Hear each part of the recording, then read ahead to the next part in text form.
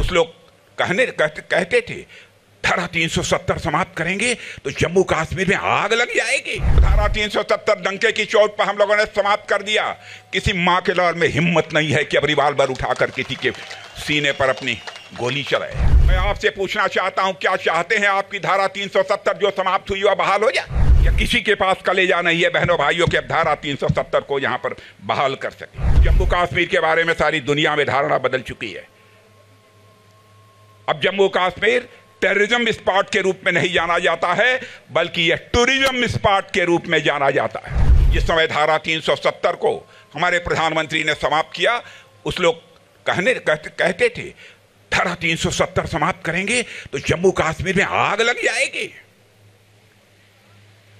बहनों भाइयों, धारा 370 डंके की चोट पर हम लोगों ने समाप्त कर दिया।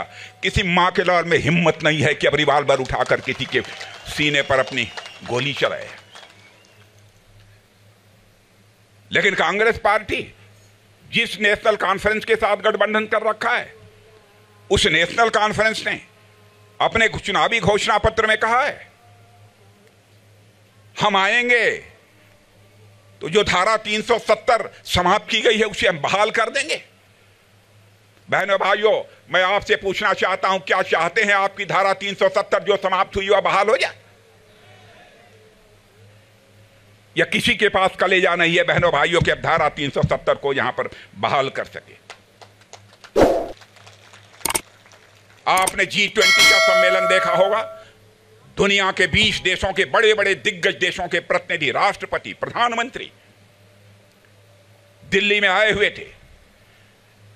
लेकिन शायद आजाद भारत के इतिहास में पहली बार G20 का एक सम्मेलन कहीं पर हुआ था तो कश्मीर घाटी में हुआ था। बहनों भाइयों, इसे कहते हैं सरकार, इसे कहते हैं हुकूमत।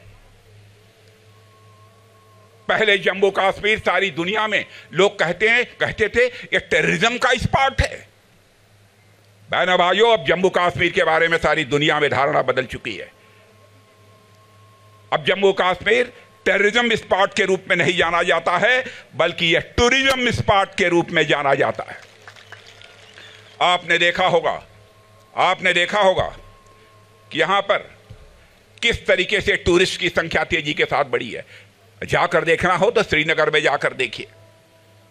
यहां पर लगभग 35 वर्षों तक कभी ताजिया नहीं निकला था।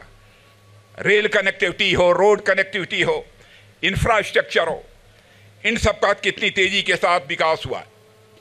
और बॉर्डर के जो अंतिम गांव हैं जिनकी बराबर उपेक्षा होती रही है, मैं भारत का रक्षा मंत्री होने के नाते मैं कहना चाहता हूं बहनों भाइयों, हम लोगों ने अपने प्रधानमंत्री के नेतृत्व में यह फैसला किया है कि बॉर्डर के पास का जो अंतिम गांव होगा, अब वह इस देश का अंतिम गांव नहीं कहा जाएगा, बल्कि इस देश का पहला गांव कहा जाएगा। बहनों भाइयों, उस बॉर्डर के गांवों का भी हम तेजी के साथ विकास करेंगे।